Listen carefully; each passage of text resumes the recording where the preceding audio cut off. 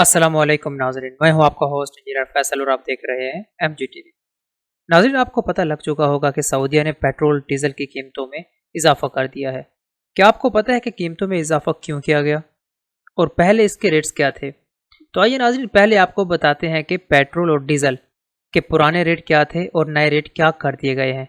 फिर हम आपको बताएंगे कि इसके पीछे क्या वजह है और इस वीडियो के आखिर में हम आपको बताएंगे कि आज सऊदीया में सोने की क्या कीमत रही। नाज़रीन, अगर अभी तक आपने हमारे चैनल को सब्सक्राइब नहीं किया तो चैनल को सब्सक्राइब करें और साथ घंटी के बटन को दबाएं ताकि हर आने वाली वीडियो आप तक पहुंचती रहे।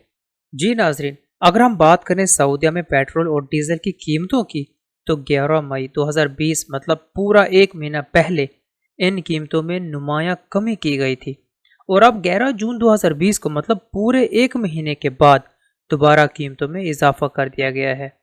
11 मई 2020 को ग्रीन पेट्रोल मतलब 91 1.31 रियाल पर लीटर से सस्ता करके 0.67 हलाला कर दिया गया था और रेड पेट्रोल मतलब 95 1.47 मतलब 1.47 रियाल पर लीटर से सस्ता करके 0.86 हलाला कर दिया गया था। अब पूरे एक महीने बाद ग्रीन पेट्रोल मतलब 91 0.67 हलाला से महंगा करके 0.90 हलाला कर दिया गया है और रेड पेट्रोल मतलब 95 0.82 हलाला से महंगा करके 1.08 रियाल पर लीटर कर दिया गया है।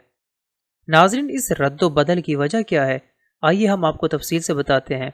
11 मई 2020 तक कर्फ्यू की वजह से ज़्यादातर मवासलाती ज़राए मफलूज हो गए थे और तेल की खपत बहुत गिर गई थी और तेल की स्टोरेज के लिए बहुत ज़्यादा जगह और बंदोबस्त दरकार होता है, जिसकी वजह से सऊदी अरामको ने पेट्रोल की कीमतों में कमी की थी।